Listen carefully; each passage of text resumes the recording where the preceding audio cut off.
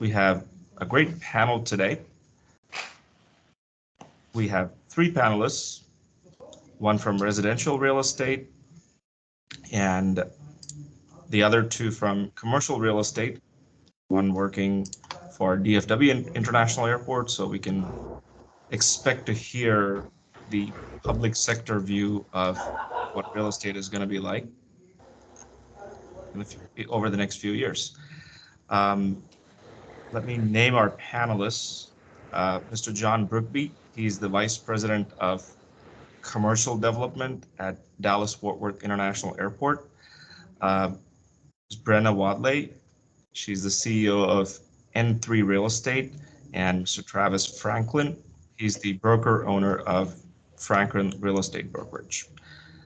So our goal today is to get a fresh perspective on what is going to happen to real estate going forward. We have a lot of noises from a macroeconomic sense. There is the issue of inflation, where are interest rates going to be, and on top of all this, how are all this going to affect real estate? The format, just so everybody understands, the format today, we're going to have a few questions, and then once we have a discussion, we'll open it up to the attendees for their questions. All right, and this event will be recorded. So there's three themes in today's discussion. One is we're going to look at the past, what has happened, and what is the thought process today, and thoughts for the future. So past, present, and future, that's how we're going to run the panel today. And please mute your mics for the initial few minutes until we're done with the panel discussion, and after that we can open it up for questions. So that way we won't have echoes, and we'll have a very good panel discussion. Sounds good? Let's get started. The first question is to you, John. How has the real estate market changed over the last couple of years? Oh, that's a very good question. Obviously, a lot of things have happened the last couple of years. You'd have to be living under a rock to not really understand that. So, and it's had wide-ranging impacts for the entire economy, including commercial real estate. I guess a lot of my answers are going to be from the vantage point that's a unique vantage point that I have at DFW Airport in commercial development capacity, where we're a kind of a quasi-public entity that owns real estate, very well-positioned real estate, and works with a variety of different developers and investors, and has for a number of years to put into productive use the land that we have. So from my vantage point, in the last couple of years, one of the major changes that we observe is, and it's probably not going to be a huge epiphany moment for anybody, but just the rise of logistics as a super, kind of a super investment category, if you will. Logistics, warehousing, we're using the term industrial less and less in our own shop. Not that there's anything wrong with it. It's still kind of the old school or long-standing classification in commercial real estate. But at DFW, we see it more and more as different forms, a richer tapestry of different forms of logistics. It's not just, warehouse A is bigger than warehouse B, but they're just still both warehouses. In what we see this kind of more wide range of different sorts of facilities, all kinds of terms that everybody's familiar with by now, like fulfillment center and e-commerce fulfillment center, third-party logistics providers, middle mile, last mile, all of those kinds of facilities and many more are, really things that 3 or 4 years ago we didn't talk about quite as much. So from the perspective of what we've seen in the last couple of years, with regard to not only the structural change in society of moving towards e-commerce for B2B and B2C, which was, happening, as we all know, well before the pandemic. But then, again, I'm not saying anything anybody doesn't already know, but the pandemic really put that movement on steroids with regard to the supply chain, the consumer habits, as well as the supply chain, and the movement that I like to, not, this is not my phrase, it's out there all over the place, but I like to quote it because it means something. Kind of the structural move in business circles, moving from what had been the model in inventory of just in time to more just in case, meaning, still there's an emphasis on lean technology, lean inventory um, as uh, as influenced by technology. But now, instead of it being just in time, only what you need for the moment, now there's really a sense between the supply chain disruptions as well as just the mechanics of how e-commerce works and some of the lessons learned of shortages that happened and are still happening, that there's a greater need for um, more distributed um, warehousing, that it's not really the old school where you don't know what's going to happen, so you just stock up. It's not that old, but it's also not previous regime, which was just in time. Now it's more, what do we really need to have that's just what we need on the books right now, but also can foresee disruptions and so forth. So what that's translated to in a nutshell, long answer here, in the last couple of years, is an increased demand for logistics space, especially around transportation nodes like DFW area and DFW airport. Obviously, hope everybody on the line knows that the DFW North Texas area is one of the powerhouses of logistics and supply chain in the nation or the world.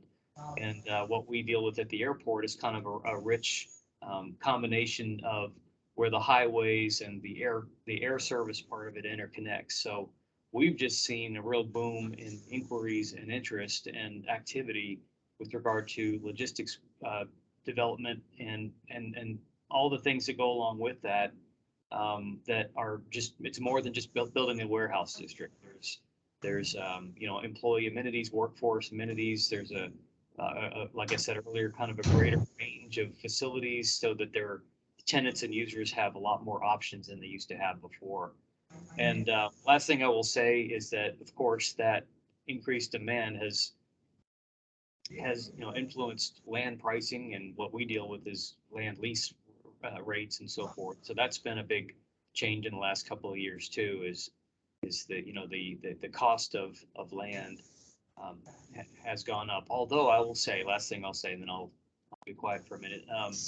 It, you'll see this referenced in many different real estate contexts, supply chain, conferences and so forth. Even with that rise in the land input costs for logistics related development, it's still a relatively minor part of the overall cost to ship a good from A to B. As a matter of fact, a 50%, not that that's what it is, but a 50% rise in the land cost, it's not going to be anywhere near more than just a blip on the actual cost of goods increase. That's influenced by a lot of other things, labor and other supply chain disruptions. So what that means is that even though land prices have gone up, it really hasn't, that alone has not really caused the inflation that you see in consumer goods or business goods. It's really been absorbed pretty well. The real estate cost is a relatively minor part of the overall cost of the entire chain to get something from here to there. So that's kind of what we've seen in the last couple of years. So let's move from warehouse to the retail store. Brenna, what is it that you've been seeing over the last 2 years that strikes you as very different from the past? Sure. Well, I think what's interesting is just within the commercial real estate sector, and especially retail. When COVID hit a couple years ago, I mean, I guess right about 2 years ago now, all of my peers and lenders and investors that I speak to, everybody just assume this is going to be exactly like the recession. exactly like what we lived through in '09, '10, and all the lenders just said, hey, complete and full stop.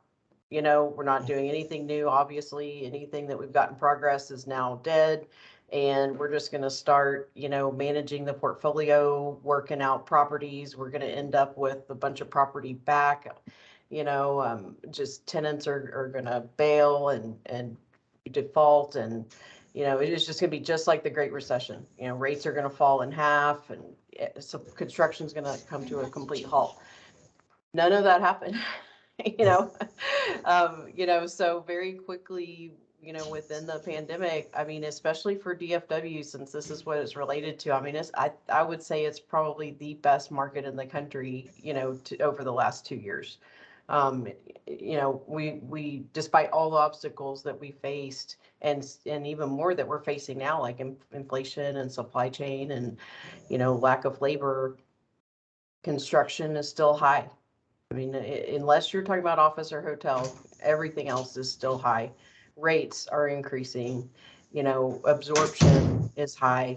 So the market is quite different than exactly 2 years ago. And in fact, we've just been extremely surprised all around how well it has done. I would say for commercial real estate, DFW took a little pause for when COVID happened, and then it just hit the gas and never looked back. So that's great to hear.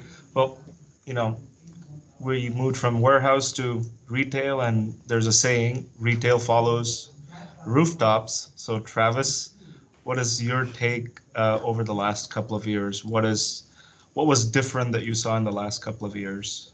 Well, thank you for having me first. And I'm looking at my notes here, and I'm kind of confusing trends with changes in some of my comments here, but it's kind of part and parcel. The biggest change that obviously everybody sees, the prices are up, right? Surprisingly, the number of listings and this is from MLS data, and peaked in about July of 2020. And since then, the active number of listings has been steadily just falling.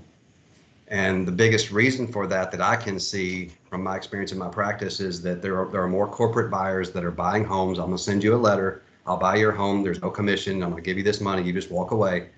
And they never hit the market. And so the MLS numbers will decline while total number of sales are rising. So what that means is that the consumer protection is at an all-time low for these properties because they're not getting representation. If they are, it's minimal.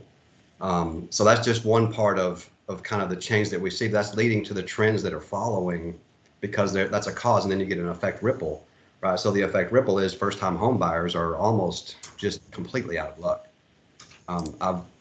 Unfortunately, I have a lot of them that would like to buy a home that simply cannot. A house, when I would say back in 2012, you could buy a nice house in a crime-free neighborhood for about $100,000, a nice little house. That same nice little house now is about $200,000 to $80,000. And the buyer is a corporate buyer with either cash or 50% down, and they're competing against an FHA buyer who's going to have an appraisal and can't go up higher and can't guarantee anything and can only put $10,000 down. And the seller says, there's no certainty there. I've got certainty over here. I'm taking certainty. And that's part of the biggest change that we're seeing. Used to be the investor would buy the home that nobody else wanted, and now they're buying the home everybody wants, and they're paying more for it. And another, just to follow up, Travis, another trend that I was seeing in the data is that people were foregoing inspections. You mentioned consumer protections were down. They were not, one, getting representation from the broker, and two, they were not doing inspections. They were basically desperate to buy. Has that tide turned, or is that trend, you're still seeing that trend? It's until inventory stabilizes, that trend is probably unfortunately going to continue. And it's not just unrepresented people. It's if I have a client, they say, look, if I want to ask them to do this or that or the other, will they do it? And the answer is no, they won't do it. So the buyer either has to decide, I'm going to take the risk of the repairs or the problems that I'm aware of, and I'm going to deal with it, or I'm just not going to buy a house. And so it's that decision, it's that desperation that I've got 3 kids, I've got a 1,000 square foot house, I've got to buy another house, and I've got the money. And they just make the decision for their family. And, that's one of my points to later on. The biggest challenges for buyers right now is honestly, I don't want to say this undelicately, but competing with stupidity.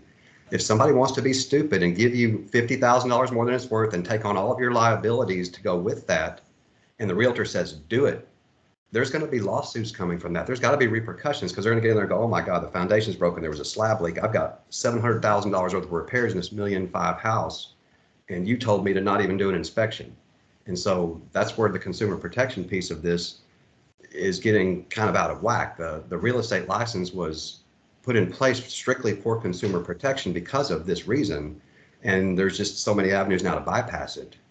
And honestly, that's part of the trend is because the services that I offer have been devalued by those who have done such a poor job of it and have been so transparently only about the money. When sales, again, I don't want to keep talking forever, but here going back to 2012, the average listing price was $175,000 and today it's $400,000. I get paid 3% the same. So you see the point here.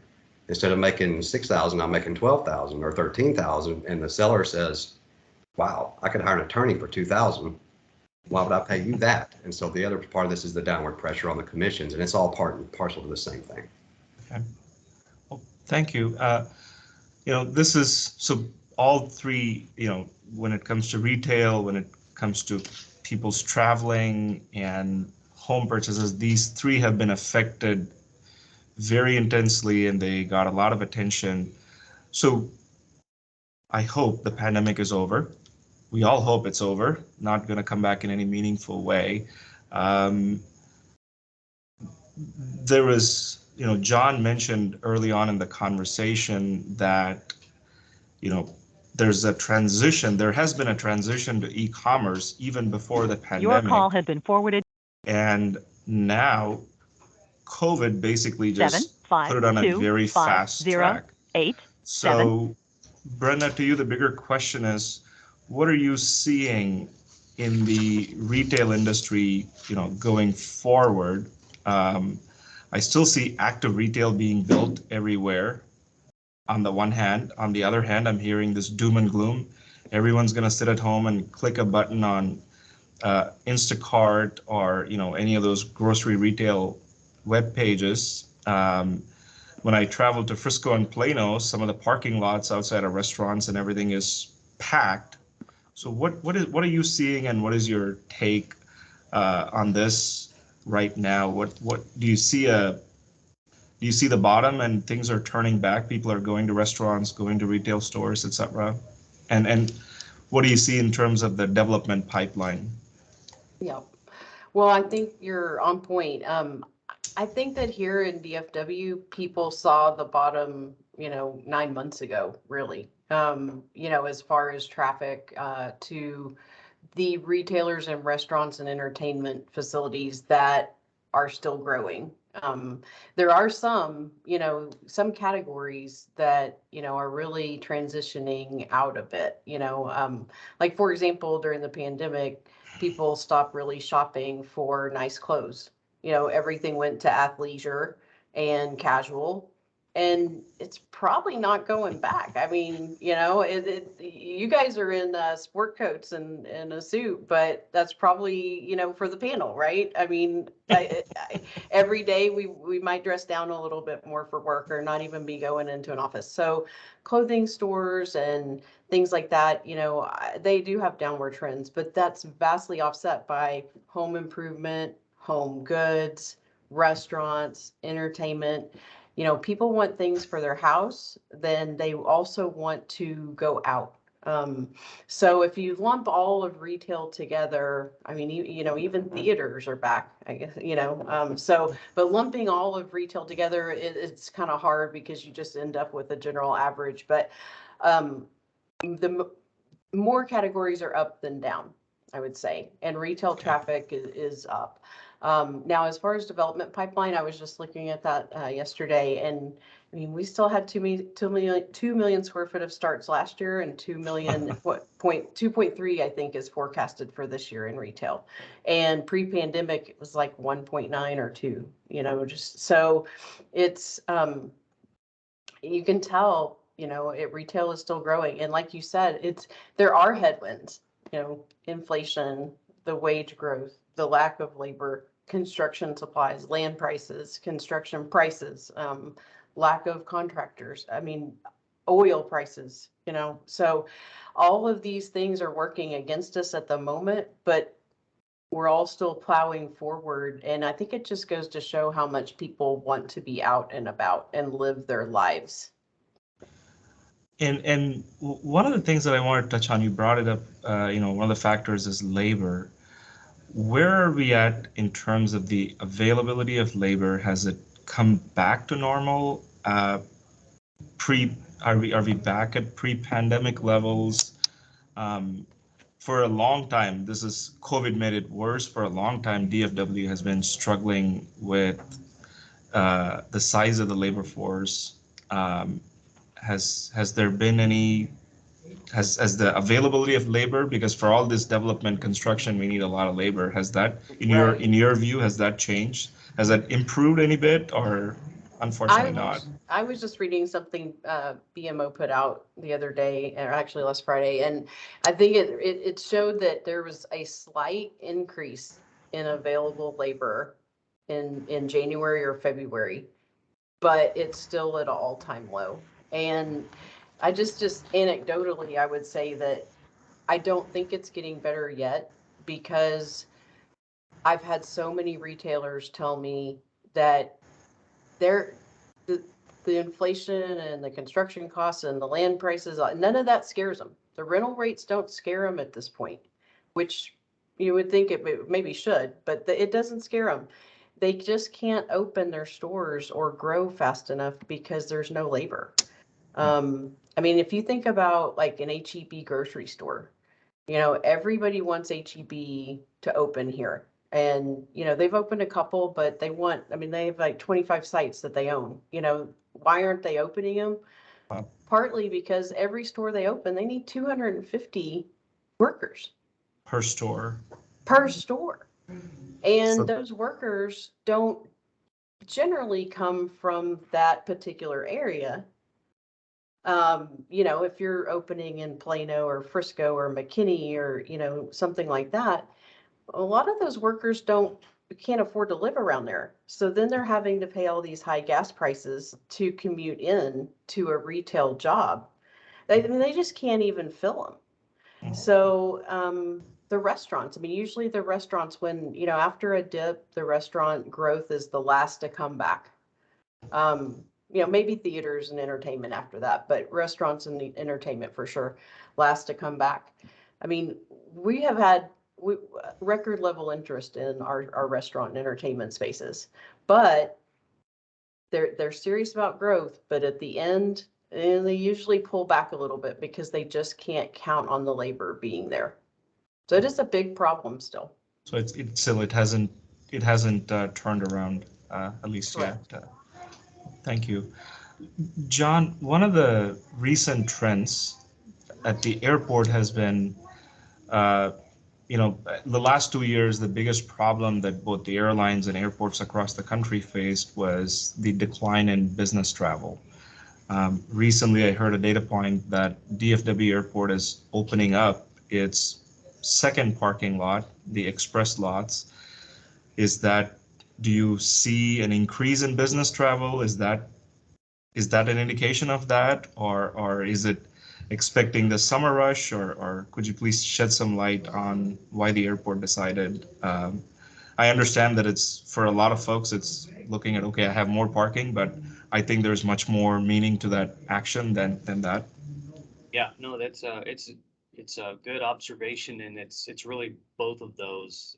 There has been sort of a long-standing shift to more leisure type air passenger demand, which there's still kind of an after effect of the pandemic and everybody wanting to get out. So that is part of why we're expecting very large surge, in the rest of this year compared to the last 2 to 3 years.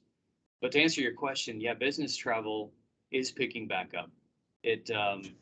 We're all, as business people, I'm sure we're all familiar with how it all worked. All of us were able to do our internal workings remotely, and even, forced innovation across the entire society towards methods of meetings, whether they're internal or industry external tool sources.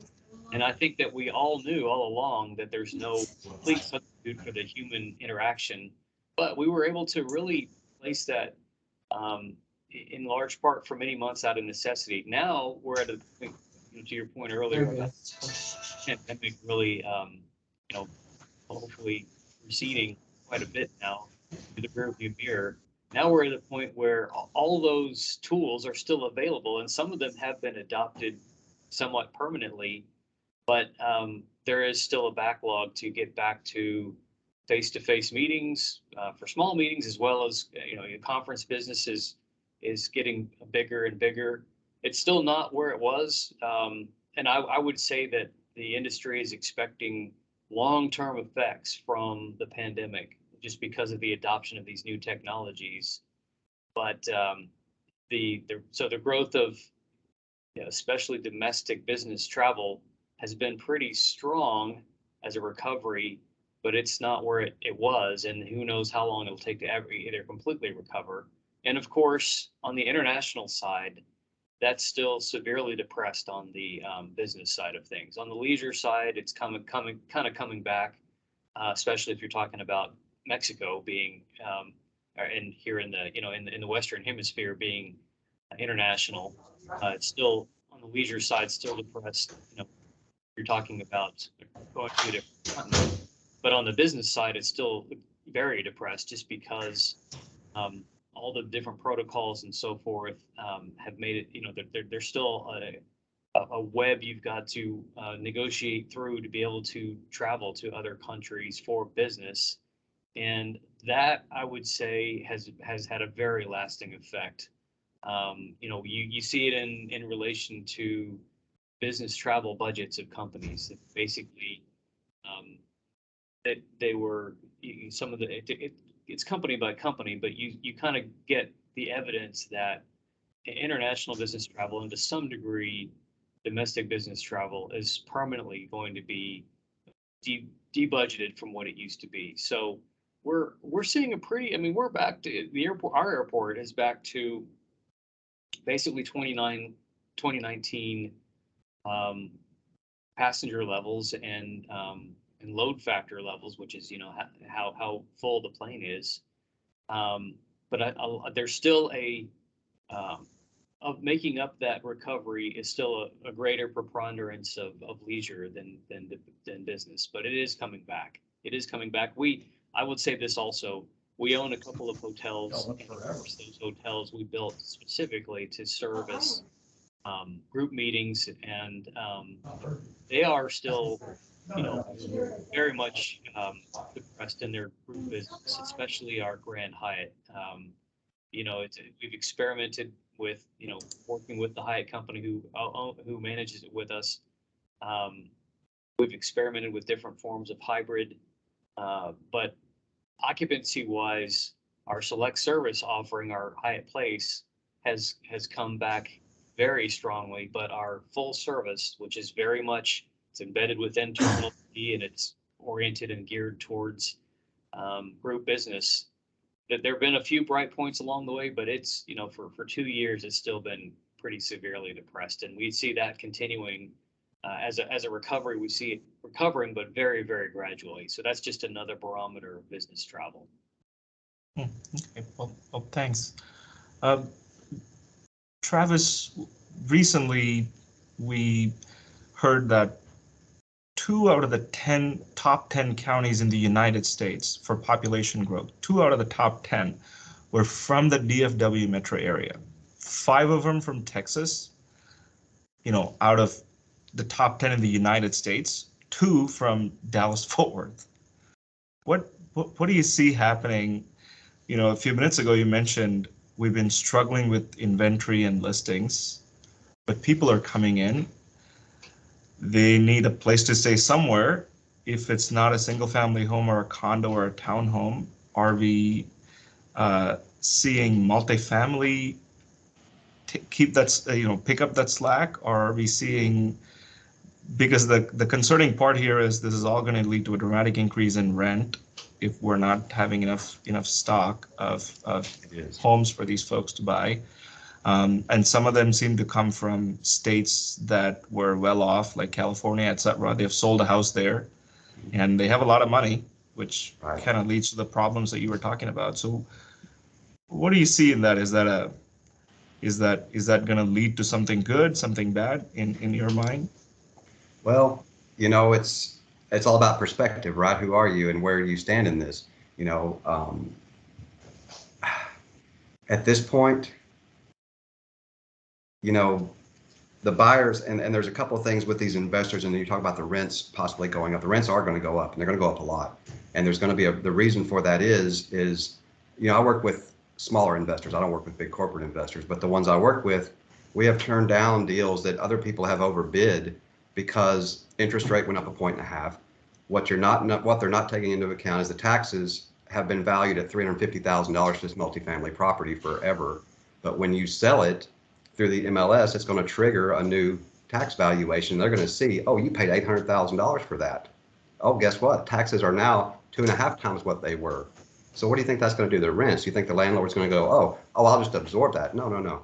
It's either going to result in a lot of properties on the market pushing prices down for multifamily, or it's going to cause rents to go up, or both. My concern is for homeowners that are doing the same thing. They come in and they buy a home for $650 that was tax valued at $350, and they're budgeting taxes for $350,000 value, and the next year their payment's going to go up $1,000 a month to cover that tax shortfall, and they're not putting that in their budget. And these are things that are coming down the road, the trends that are not in everyone's face right now, because it was like, for example, if you look when COVID started going worldwide and everything was just chugging along in the US in October of 2019, and the stock market was going straight up, and everybody acted like nothing was going to happen. Then all of a sudden, oh no, we got a problem, but everybody saw it. And I think this is one that's going to sneak up on people, that they're not aware of this coming, because like I said, we've been advising investors, just hold on. If you're not paying cash and willing to take a 5 or 6% cap rate, then you need to just wait. You know what I mean? But I hope I didn't get too far derailed from your question. No, that's yeah, it's almost like a collision of forces. You have a paucity of supply, and you have plenty of demand coming in terms of population growth. I mean, we're 2 of the counties in the top 10 in the United States, and no one's leaving. And no one's leaving. And they're having children, and they're not leaving, and they're coming from New Jersey and Chicago and California. They're the biggest moves that I see here. And they come here because there was plenty of jobs, but the people bringing the jobs, they have to have houses, and the builders. I just saw an article this morning that D.R. Horton says they're no longer building 2-story houses until further notice, and they have canceled contracts for them because they can't get lumber. And the bottom line is contractors have to use what's available. They don't get to decide anymore. If you want this and special grant and this and the kind of touches in your home, you can wait 2 years, or you can have what we have. And so that's the only way to appease the demand. But the other thing that you see is everywhere you look, vacant parcels, 2 acres, 3 acres being bought up, and they're putting in 200 or 300 units of multifamily apartment buildings. And there are just, again, more corporate investors now than homeowners. And that's the longer side of that to me. And certainly from the economics perspective, is it's the fabric of society to retire having a paid off home. Here's a perfect example. My aunt is 83. She just moved into assisted living, and I work with a lot of older adults, and she had her house paid for. That's going to fund the rest of her life with no problem. If she was a renter and she had to do this, she would be on Medicaid in the worst bed that you could possibly find, in the worst conditions that you could get. And not being able to pay off your home is going to deter retirement for a lot of people. And so the long-term effects of this obviously are reversible, but if they don't reverse, I believe that's where it's headed. So I think we've got a really good overview of the past and the current trends, etc. So going into the future, what challenges do we foresee? Brenna, you brought up labor as one of the painful issues that still hasn't turned a corner. Do you see anything else for your investors?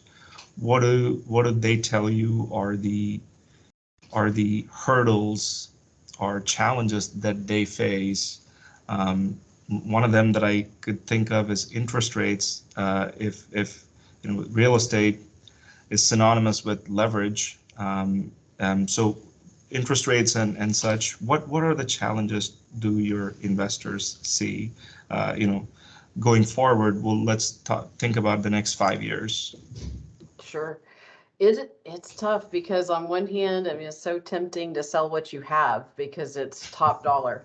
But on the other hand, I would say the biggest challenge is replacing whatever you sell, and not being able to invest. I mean, just because, like Travis was saying, I mean, if you don't want to get a 4% or 5% unlevered yield, maybe 6 in retail, well, then you're just going to sit on the sideline for a while because you're not going to buy anything with a decent amount of risk to it. I am seeing people like some of the stuff we're selling.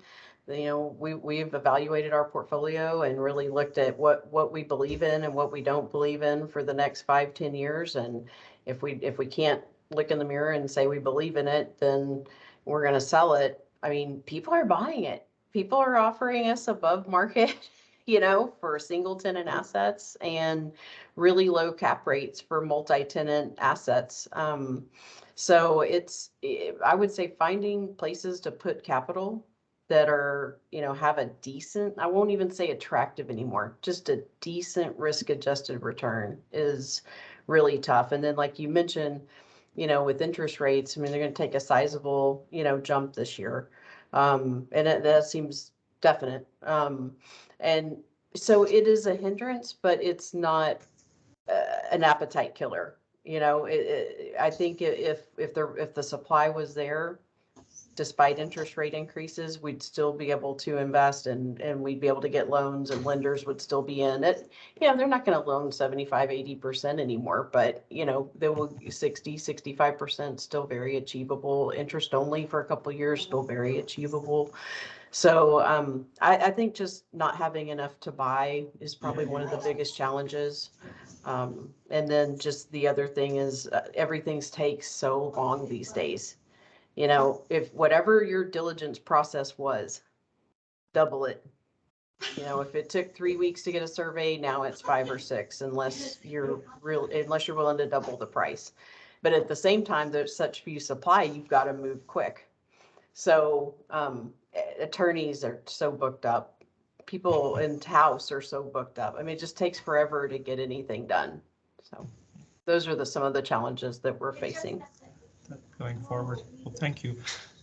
John, what are the challenges that you see for the airport over the next 5 years? You've covered a lot of things. Business travel hasn't turned around, at least internationally, given varied rules on COVID. Recently, China said China was going to shut down Shanghai, or they've already done that. I mean, locked it down. And so, given all these uncertainties, how is the airport looking at the next 5 years, and what are the challenges, immediate challenges and long-term challenges? I'm not doing 10 years because 5 years ago I didn't think there was going to be COVID and we're going to be here. So let's talk about 5 years.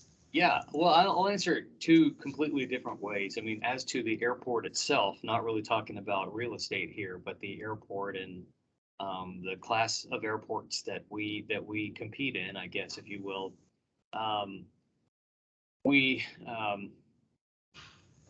There's a lot of activity and has been for quite some time to improve the end-to-end travel process, to improve the comfort level, the technologically enabled, digitized customer experience, passenger experience, things that we've all come to be accustomed to with regard to wait times and lines and so forth and so on, and the fact that sometimes they weren't helped by the pandemic. I mean, in a way they were because the demand went down, but in another way, the ability to find labor to handle on the airline side and the TSA side, all of that caused strain. So using technology, for lack of a better word, and that's a very broad statement I'm making, but using technology that is, really helps the process along, be it automation with baggage handling to other forms of traveler assistance, all the way through some of the whiz bang stuff that's happening that in relation to traveler credentials and identification, those kinds of things, which are not without their concerns, but those are things that airports are, while we deal with the recovery, are trying to make sure that as we do recover, that passenger experience can be much more robust and basically attract people to use air travel as a means of transportation. The other way I would answer the question in terms of challenges is more on today's topic, which is real estate. And one of the huge challenges that's already been touched on a lot is the current and probably to some degree lasting escalation in inflation in construction pricing that's on the labor side as well as the commodity side. And so one of the ways that the airport has been addressing that is through greater use of modular construction and prefabrication of construction, ways to leverage technology, ways to use predictive analytics for a greater control of our facility management and so forth. And those tools that I'm speaking of are being used by the airport for its own construction of its own facilities, but we're also seeing a little bit more of that on the private development side too, working with developers that come and build logistics facilities or other commercial facilities on our land. We see, more and more of an emphasis on labor saving and labor saving methods, time-saving methods of modularity and construction processes. And then I guess the last thing I would say in terms of a related challenge or trend is that, if you can only do so much to control the construction costs and development, then, what can you do to try to control the operational costs long term? And that's where I mentioned earlier, greater facility management type predictive analytics, but also the notion of sustainability has gone way beyond just environmental impact to resilience and systems that can help any owner, be it our tenants that operate facilities or the airport or other large scale owners of real estate, that can at least offset the long-term operating cost aspects by making it more efficient, much more data centric, much more digitized. Those things are kind of a broader definition of sustainability. It's environmental and ecological sustainability, but it's beyond that. It's cost savings and the sustainability of the enterprise itself. So you see more and more of that happening. And from our perspective on the commercial real estate side, we've come to be more active in working with our developers, a little more demanding, if you will, and saying, we want to see the best that you've got to offer, rather than just here's some land and you can build what you need. We're sort of demanding that they look at these kinds of technologies, because ultimately, on a long-term land lease, developer X may not be there for the entire term, or it may become the property of the airport at some point. So those are issues that we're dealing with. But gosh, like I led off with, the construction cost, that's a tough nut to crack, because that is just the convergence of the perfect storm of all kinds of different things. And one could imagine that supply chain disruptions will eventually somewhat moderate. But for now, it's a severe problem. I mean, it's really creating an input problem for development that is, I don't know where it'll wind up. But when you combine that with increased interest rates and labor costs, it's who knows what'll happen. Right now, we haven't seen just a detrimental effect, but it doesn't take much of the imagination to see that these things, if they keep going and they keep compounding, you'll eventually start to see some moderation in the economics of new development. We're bracing ourselves for that. So to summarize, the airport is looking long-term, basically. They're almost saying this is an opportunity for us, maybe a slight slowdown in traffic. This is an opportunity to look really long-term and think about, what we can do best when demand eventually does come back. Yeah. Interesting. Travis, I think the other two speakers touched on some of the issues that are also relevant to residential real estate, interest rates. When they meant cost of labor, supply chain, that means that cost of that new single family home is up. What are the challenges that you see coming down the pike over the next, the one irreversible trend that I see and that I think you firmly believe in is no one is leaving DFW. More people want to move into DFW. And what are the challenges? We have a shortage of supply, interest rates going up. What are the other challenges and that you see going forward for your investors or buyer in general? I'll address this a couple different ways because there's a couple of angles how it affects both the industry and the players that are in it. As a reference point, the Department of Justice actually has filed a suit, and they've since dismissed it, against the National Association of Realtors. And we're going back to consumer protection and the things that agency and fiduciary duty means to me very much, and just to many it doesn't mean that much at all. But if I have a buyer that's pretty well qualified, I will find them a house because I am very good at what I do. Okay, we have resources. There are ways to get you in. The challenge is overcoming the technology-driven society. They want to go online, they want to click, they want to buy, they don't want to deal with a human, they don't want to do anything but text somebody. It's very difficult to get a lot of people to have a face-to-face conversation, as John alluded to. And so, the future of the commissions, there's downward pressure, there's lack of representation, but if you hire the right agent, you'll get good representation, and you can be successful still. So I think the challenge, honestly, is finding the ways to get the information to the public so that they understand what they need to do, because the powers that be and the money, the big money shoving it down their throat, doesn't want them to know any of those things. And honestly, the Department of Justice is right to take out the National Association of Realtors because they do restrain trade, and they do prohibit us from doing things that would help you sell your home and save money, just so they can run it through the association and get the cut and get their, I don't want to put it delicately because I'm not that way. They have deals that they cut with people to get money for things that they sell them, like your closing data. How much did you pay for your house?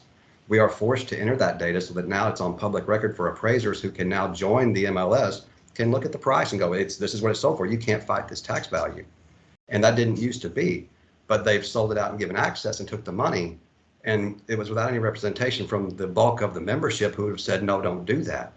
So there's a big shift coming in how people are going to find this representation and how that's going to benefit them.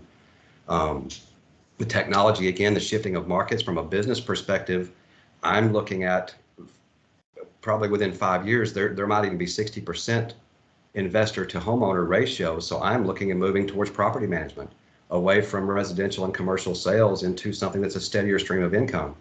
We're looking at adapting different technologies, the softwares that will allow us to do that without the human help. The same reasons that we've discussed with John, because you can't get the labor help. So everybody wants, especially in my business, they want to be their own boss, come in and think they collect big checks, but nobody wants to stand up and do the work that's required to do that. And it's a long game. It's a 20-year game. I've been doing this forever. And the reason I'm still in business is because of relationships, not because of technology.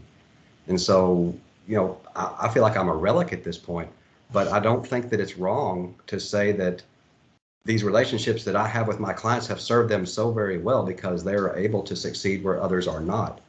And so, the challenges are huge. And if I had every answer, I'd probably be more successful. But I do know that, honestly, observing the fiduciary duty that comes with my agency is something that I take very seriously, and I'm a big proponent of in our industry, whether it's through the National Association of Realtors or it's not, or whether it's through the MLS or it's not. My duty is to my client, not to some organization that tells me I must do this for their profit. And so there's a dichotomy of who do you report to? I report to the state of Texas. My license is monitored by the state of Texas. The MLS says you're a member of our association, and you're going to allow us to do these things, and you're going to promise to do this for us if you join.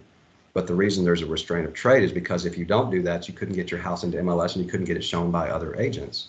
So it's just a big circle that, again, it's spun to the point where there's starting to be backlash all over about it. Interesting. Well, we have 10 minutes left. I think it's a good time to open up to questions from the audience. If anyone in the audience has any question, please unmute your mic and go ahead. Cameron? Yeah, Go hi, ahead. can you hear me okay? Yes. Thanks, guys. Very interesting discussion there. I'm interested in talking about residential real estate and the big corporate home buyers a little more. My wife actually works for one, and it does feel a little hopeless when you're thinking about buying a home. We rent currently, and I'm just wondering a little more, what do you see maybe from like the free market perspective that could happen to kind of counter the effect that these big corporate home buyers are having on prices? Because it sounds like they really use these tempting cash offers to prey on ignorance a little bit. And is that a systemic thing where Yes. maybe government needs to kind of step in? And is there any hope of that, of maybe more regulation to help bring home prices down some? I think, and people kind of miss the point of this. They see raising interest rates as a bad thing, but what it's going to do is temper that. So here's kind of to zoom out on what you're talking about. If these cash offers were not really cash, okay, they've got leverage behind them and they're paying an interest rate. So when that interest rate goes up and they were working on a very small margin and then the taxes go up to boot, they're no longer profitable, okay? And that's going to happen because most of them didn't take into account raising interest rates and raising taxes. They expect kind of a status quo, or if they did, the rate will be so low that they'll earn. You could go put your money with a money planner on an all-weather portfolio and make 7%. Why would you take 3% owned in real estate and dealing with tenants? So the answer to your question is if interest rates continue to rise and the taxes increase, many of these properties may come back to the market. Okay. Interesting. Thank you. So And that would be the ideal situation for the first-time buyer, is for many of these investors who did the stupidest thing they could. They way overpaid. They didn't calculate it, and a lot of them did. Many of these investors were very smart and very savvy, but many of them were not, and they were just jumping on a trend and just throwing money in and throwing money in. And I had a great economics professor there at UTA, and he said when everybody is in on the trend is over. Right. And we've been looking for that for years, but it's not happened. Yeah, it's funny. It's funny you talk about how profitable they might be, and then my wife works in accounting for Hudson Homes, and I see invoices all the time of them just throwing thousands of dollars at contractors to basically go out and tell a tenant to, take care of their house better. And it's just like, how do they have that kind of money? It seems like there's a lot of freewheeling in that industry, and it just seems like, I don't know, like it's a kind of failure of the free market a little bit. And unless, like you say, hopefully, the price will come back down. So, right. Well, it's always greed and fear, right? It's greed and fear running it, and the greed Yeah. of the corporate investor throwing all the money, and then the fear of the buyers that they can't buy, and it's a storm raising those prices up and up and up. And at some point, that hits the ceiling, and it feels like if we're not there, we're close to it. But I've been wrong about that for years and years, so I'm glad I'm not your investment broker, because I would have called for an end back in 2019. Thanks, Cameron, for your question. Thank you. Salil? Hi, my question is for Travis. And you had mentioned that more and more deals these days are not on MLS, rather against against the individual buyer, tilted in favor of the corporate buyer. And you had also mentioned that the MLS these days have the entries for the closing cost and etc. So my question is, for those deals which are not on MLS, are the selling price and everything else available to the general public? No, they're not. So majority of the trades these days are still going blind with the tax figures not getting altered because of the new price. Am I right? Probably 40% correct. 40% probably coming through MLS and 60% probably not. And those that are not coming through MLS will not have any of the information on the public domain. No, well, the only thing that can get, if there's a loan, the note will be filed. So the public record would be the UCC lien search. If there's a mortgage amount, it will be there. But that's the only thing that they can find. And it doesn't mean that taxes won't go up. It just means that you have a leg to stand on to fight those taxes based on the condition of the property and the other properties around value. You just have zero leg to stand on when they know exactly what you paid for it and they're looking at your contract. You know what I That mean? is, if the property went through MLS, Correct. they will know the closing statement and they will know exactly how much the person paid. Yes. They'll have pictures of it. They'll have everything they need. Otherwise, you're correct. No, they won't. They have historic data, whether maybe it was listed on Zillow some other time or something else, but no, they will not have a direct line to any sales process. So probably it's beneficial for an individual also, if possible, to go around the MLS system these days. Well, that leads to representation. You know, that's the whole, bugaboo about the restraint of trade. How do you get represented? How do I go find you a house that's off market when my association tells me I'm not supposed to do that? I have to run it through the association. So I'm not able to serve you in a way that would benefit you because my license says I can't, not my license, excuse me, but the membership in the MLS says that I can't. So you either do one or the other. Resourceful buyers, there's just, I don't know how many of y'all are homeowners, but you get a letter probably at least 3 times a week saying, I'll pay cash for your house. I'll buy your house. I'm buying houses. And I get 10 calls a day from people says, you got any off-market properties for me? So the challenge still is so great that people come back to a realtor and come back to MLS because at least there is an inventory to look at. And it's very difficult to do that without. So that is the challenge. It's a huge challenge. Do you think these letters and these calls of buying properties are all real, or these are another set of hoax that you see, like the Amazon purchase order, which is on hold for credit card confirmation? Well, the bulk of them are real. There's always going to be people that will jump in there and scam, but they normally telegraph what they do in some unusual way. But again, without the consumer protection of having an agent that works for you, then yeah, people are going to certainly be taken advantage of.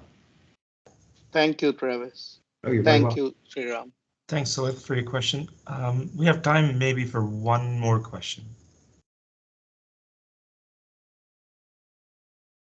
Anybody? Well, looks like the discussion answered a lot of the questions that they probably would have had. So thank you so much for a very thorough discussion of the past, present, and what we can expect for the future of DFW real estate. Thank you so much, and I hope everyone have a wonderful day. Thank you. Thank you. Thank you. Thanks again. Appreciate it. Thanks.